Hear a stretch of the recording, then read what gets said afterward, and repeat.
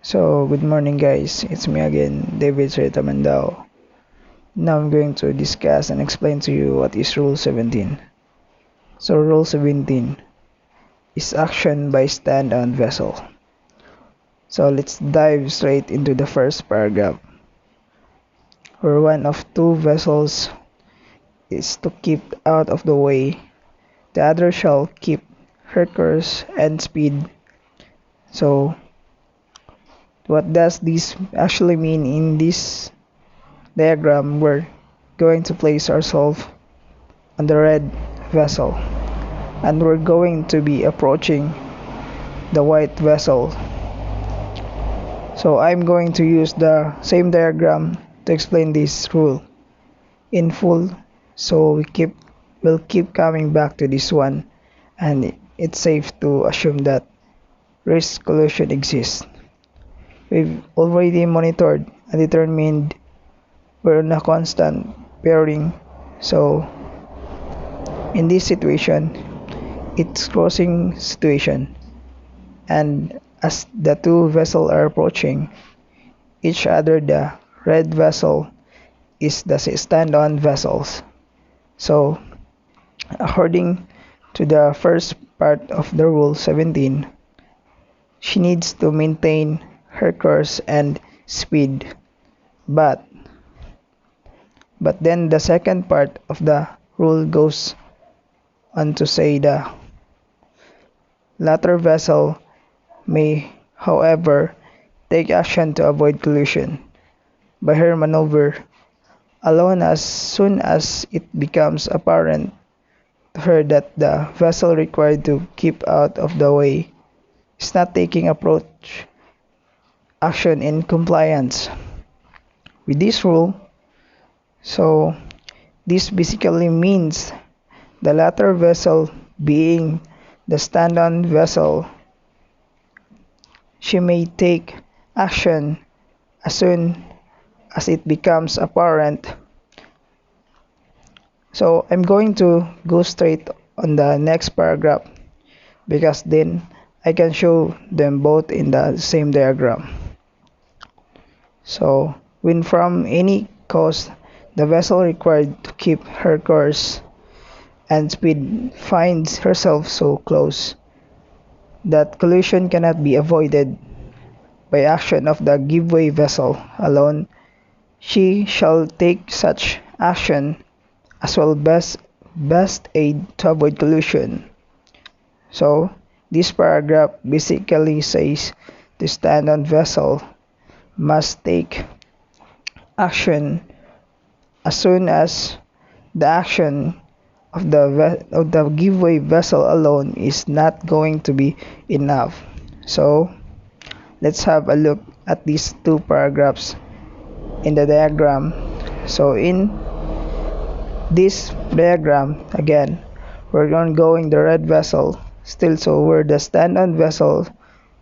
So I'm expecting the white vessel to take action.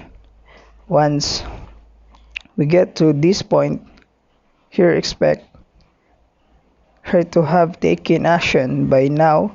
In the previous rule, we said that she needs to take early and effective action to stay well clear. So, in my view, she hasn't taken early action, and so she is not compliance with the rule.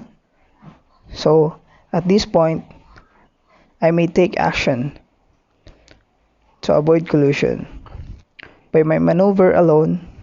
However, for this example, I'm just going to carry on.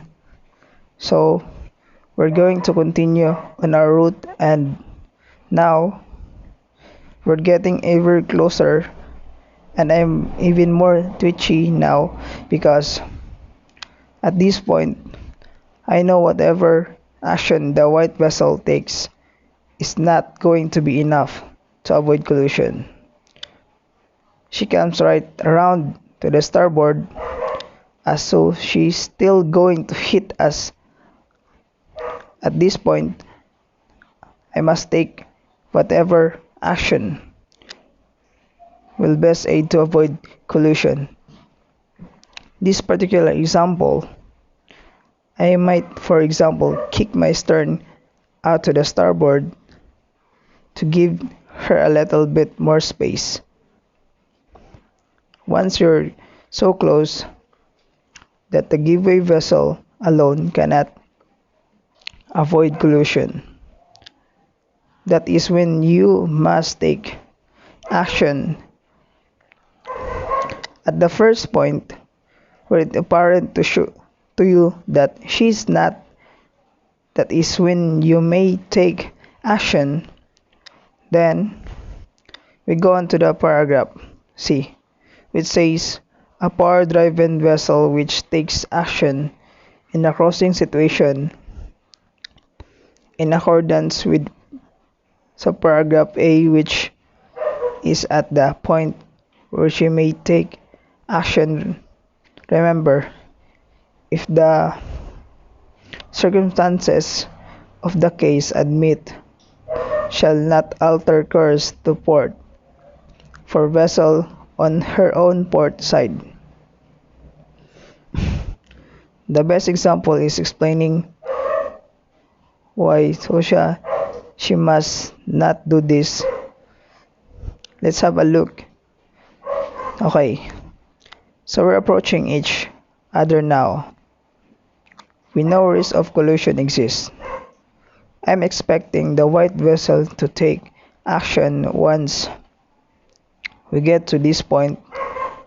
I may take action to avoid collision by my maneuver alone, but I don't know whether this is the place where the white vessel was always planning to turn. Whenever this is her designated closest point that she needs to take action. So if I did come around to port and it was where she was due to take action, she has come around to starboard, I have come around to port, and we're going to hit each other bow to bow. If we come back, what action could we take? Well, we can actually do whatever we like. The rule just say we can't come around to port for a vessel on our own port side. So probably the best bet is to come around to starboard. If she almost comes around to starboard, you can see there is no risk of collision now. And if she'd had maintained a course and speed, we would have just been paralleling along her previous track. Again, there would have been no risk of collision. Once we got no risk of collision, we got all the time in the world to decide what to do next. And then the final paragraph, the rule just say this rule does not relieve the giveaway vessel of our obligation to keep out the way. This kind of the stating the obvious bet of the rule. You cannot say, oh well, rule 17 said stand on how to take action, so I didn't alter course. No, this specifically says if you're the giveaway vessel, you have to keep out of the way despite what rule 17 says. And that brings us to the end of this rule. And that's all. That is rule 17. Thank you.